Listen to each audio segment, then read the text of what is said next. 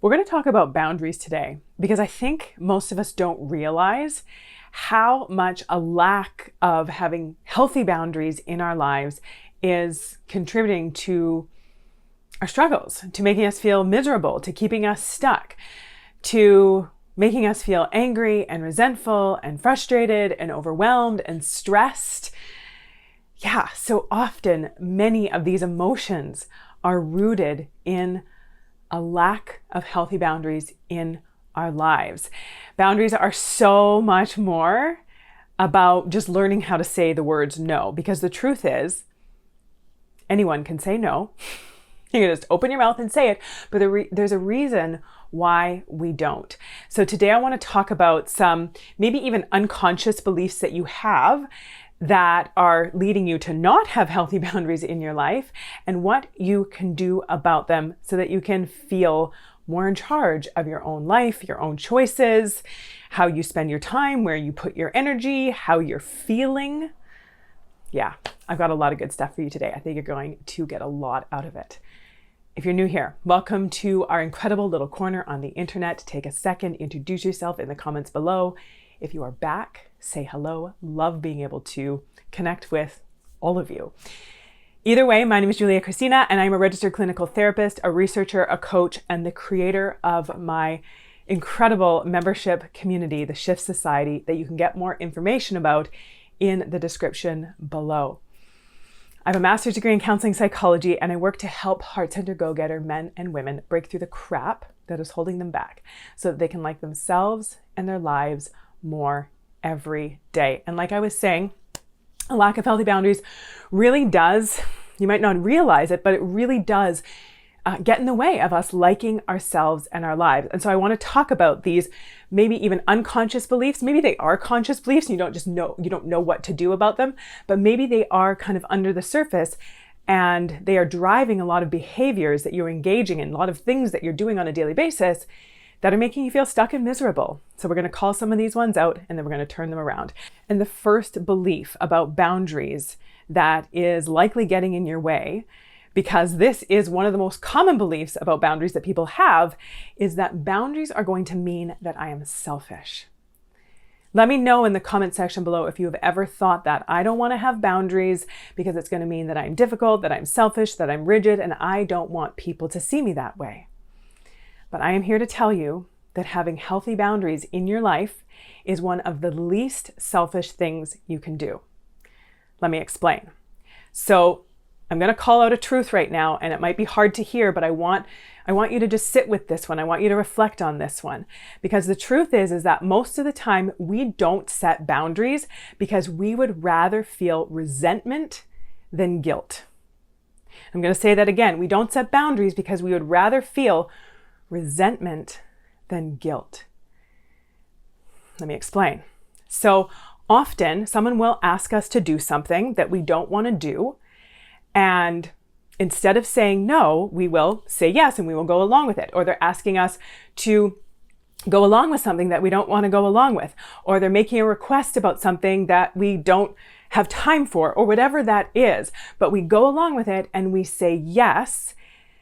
And then we harbor this underlying resentment towards that person because they made me do it. This person is so inconsiderate and so disrespectful because they put me on the spot and they made something awkward and they made me do it and I had to say yes. So now I'm secretly bitter and resentful towards that person. Now, let's say I do set a boundary and there's some kind of pushback from the other person. They don't like it. They disagree with it. They don't think we should have the boundary. And then we take that in and we feel guilty. And we don't want to feel guilty. And so we don't set the boundary because we'd rather feel resentment than guilt.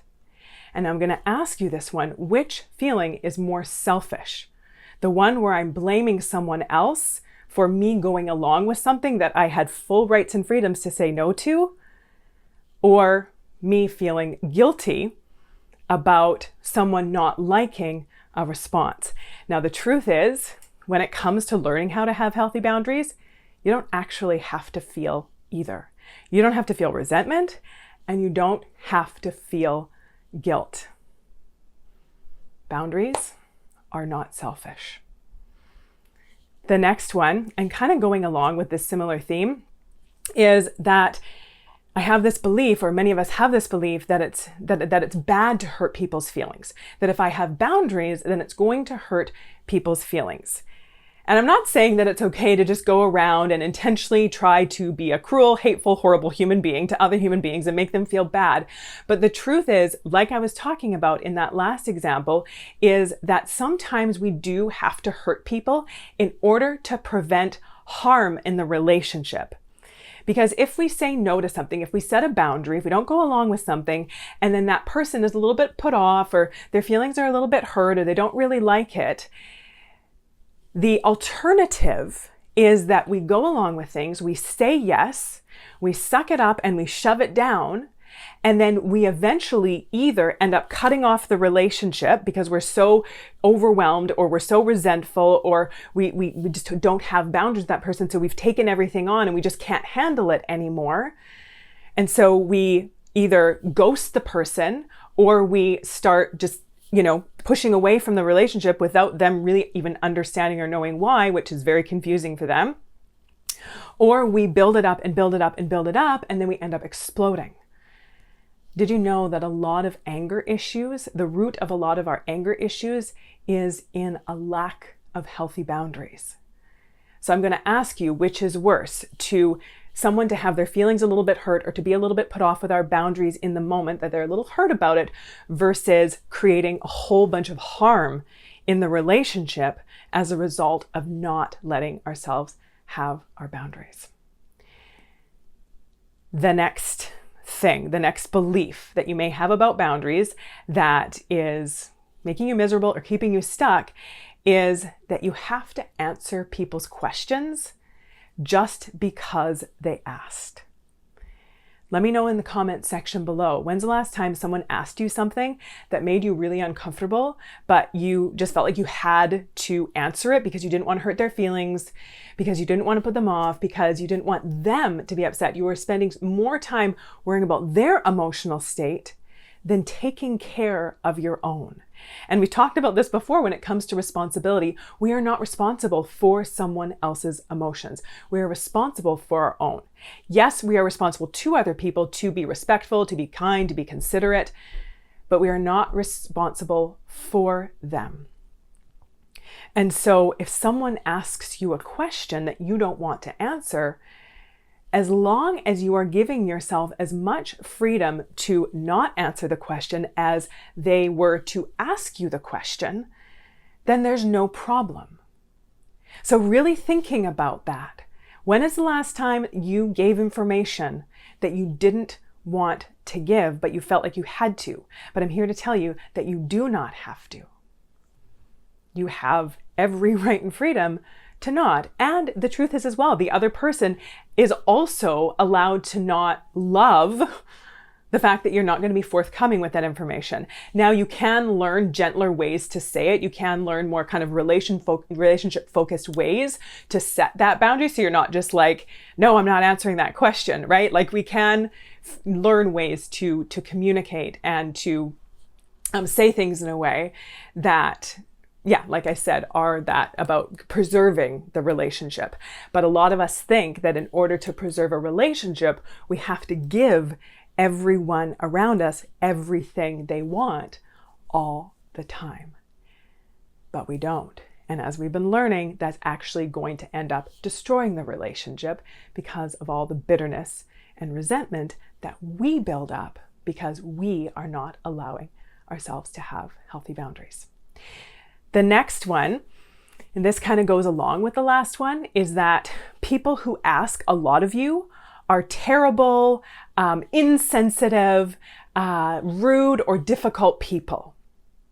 And again, looking at this, in that people are allowed to ask of us whatever they want, as long as we are also allowing ourselves to have whatever boundaries we want or need to. It's not a problem. People don't always know where our boundaries are. And that's the truth, is that a lot of people, when they are asking things of you, they don't actually think that they're being difficult or overbearing or imposing. To them, they might think that this is a perfectly reasonable request. And especially if in the past you've gone along with whatever people have asked you and you've said yes, even though secretly you've been like bitter and resentful, not wanting to say yes. But if you are presenting as the yes person on the surface, and then they keep asking things of you because they know you're going to say yes, then who is the one who is not being appropriate here? It's not them asking their questions that's appropriate. It's not asking things of you that's inappropriate. It's your not willing to say no and then being bitter and resentful and blaming them for it. I would say that that is a lot more inappropriate. And don't get me wrong, I used to struggle with this one so much. I used to struggle with getting upset with people for asking things of me. And it's really because my boundaries were crap. And I remember it was actually a few years ago. So some of you might know this. I have a few offices, and don't even ask me how this happened, but I have a few offices downtown here in Vancouver that I rent out to other therapists. And it started off just renting out my office on the days that I wasn't there to one therapist, and then I just happened to snowball, and now I have several offices that I rent out to other therapists. And I remember one year, one of my subleasers who was renting 2 days a week from me, it was kind of late November, we were talking on the phone, and she said, "Oh, I'm going to be away for half of December. I'm going away for Christmas, and I'm wondering if you can reduce my rent for the month." And I remember immediately having this like big emotional reaction to it and thinking like, this is so inappropriate. How dare she ask me like this? How dare she put me on the spot like this? You know, if you live in an apartment or in a condo and you're going on vacation, you can't ask your landlord to reduce rent because you've decided to take time away. That's so inappropriate. And I had all this mental drama that came up around it until I took a step back and took a breath and remembered and realized that she has full rights and freedoms to ask me to have a rent reduction, as long as I give myself full rights and freedoms to say no if I don't want to. Having healthy boundaries clears up so much drama in our relationships. And as soon as I remembered that, I was like, oh, this isn't a problem. Her asking me isn't a problem. In her mind, this was a completely reasonable request. Just because it wasn't a reasonable request in my mind, it doesn't mean that she did anything wrong. It's only a problem if I don't allow myself to respond to the request in a way that feels in alignment for me. And then the next belief that you may not even realize that you have, but it might make more sense once I talk about this behavior that a lot of us do. And this one is to overly blame and shame ourselves when we've made a mistake or messed up in some way. And it might seem a little bit confusing at first about why this is a boundary issue, but the truth is that when we are able to just take clean responsibility for our actions, then we can just take responsibility, we can apologize, we can make things right if we need to, and then we can move on. But what a lot of us are doing, and let me know if you've ever done this, if you mess up at work or in one of your relationships, if you say something, or if you say something insensitive or accidentally offend someone or accidentally screw something up, and then you go into all this self-flagellation. Oh my gosh, I'm such a terrible person. I can't believe I did this. What's wrong with me, right? And then we we bathe ourselves in all this self-shaming instead of just cleanly saying, I apologize, my bad, I'm sorry, and then are able to move on. Because when we are doing the latter, when we're going into all the self-flagellation, it's essentially, and this might not be immediately apparent, but it's essentially so that we can control the feelings of the other person. So if I can feel like this terrible person, if I can turn myself into a victim in all of this, then I don't actually have to take responsibility for it.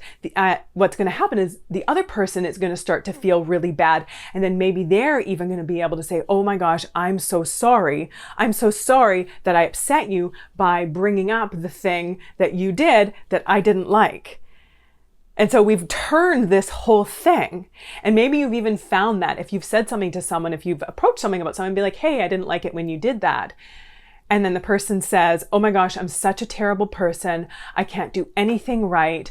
Why do you even spend any time with me? And maybe that's a bit extreme, but I've had some people in my life respond in that way to me addressing things with them.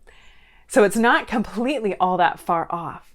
And you know what? The truth is, I can't think of any examples right off the bat, but I've probably responded that way to things too.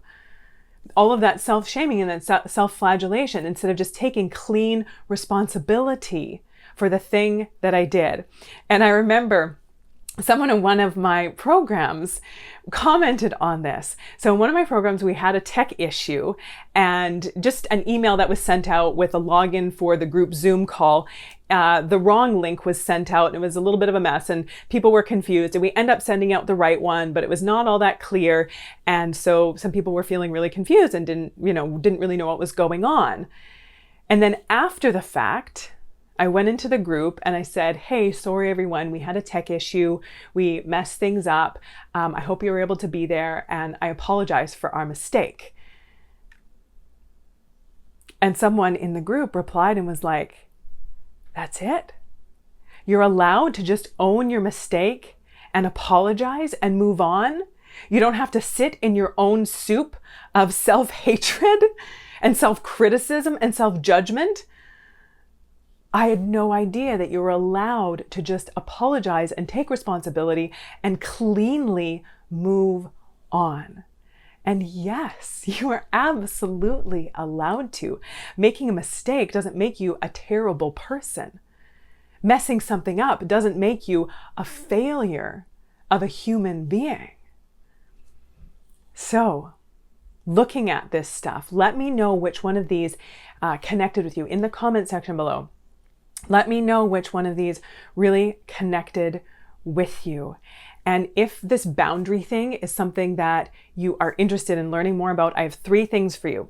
The first one is my 25 ways to say no. This is a guide for those of us who struggle with saying no. There are 25 ways that tend to be a little bit more gentle, but also very clear ways for those of you who are my empaths or my highly sensitive people who really struggle with that. I give you these 25 scripts. That one is free. The next one, if you want to start to take this work deeper and learn some more practical skills about how to speak up, how to be more confident and clear in your communication, I have a course called Speak and Feel Heard. It's a course on effective and assertive communication. And then if you want to work on doing the deep mindset shifts that are necessary to be able to, like I was talking about before, set boundaries without feeling guilty so that you feel clear and confident in your boundaries, taking ownership over your own life and your own choices and not letting anyone push you around or let yourself feel forced or coerced into anything, then my deep dive course, Healthy Boundaries Bootcamp, is going to be the thing that you need. This course is a game changer. You can get the link, you can get the info for all 3 of those in the description below. How are you feeling? This was a lot. We called out a lot of things today. Let me know how you're doing. And if you're feeling emotions are coming up right now, just allow yourself to be with those emotions, process those emotions, maybe even journal about what's coming up for you. Boundaries are a big deal. We don't realize often how big of a deal they are, how much we are creating so much of our own pain and our own struggles and our own misery by just simply not allowing ourselves to have healthy boundaries in our lives. But this is one of those things that can absolutely be changed, and we have so much more say over our own lives and our own choices than this right up here, this brain right up here, will often let us believe. Like the video if you liked it. Share it out if you think that other people need to know these truths, even if they hit deeper. And subscribe to the channel if you are new here. I think the subscribe button is about right down there, so then you can get notifications, we can stay connected, I can keep getting these teachings to you. Always so good to have you here. And until next time, take good care.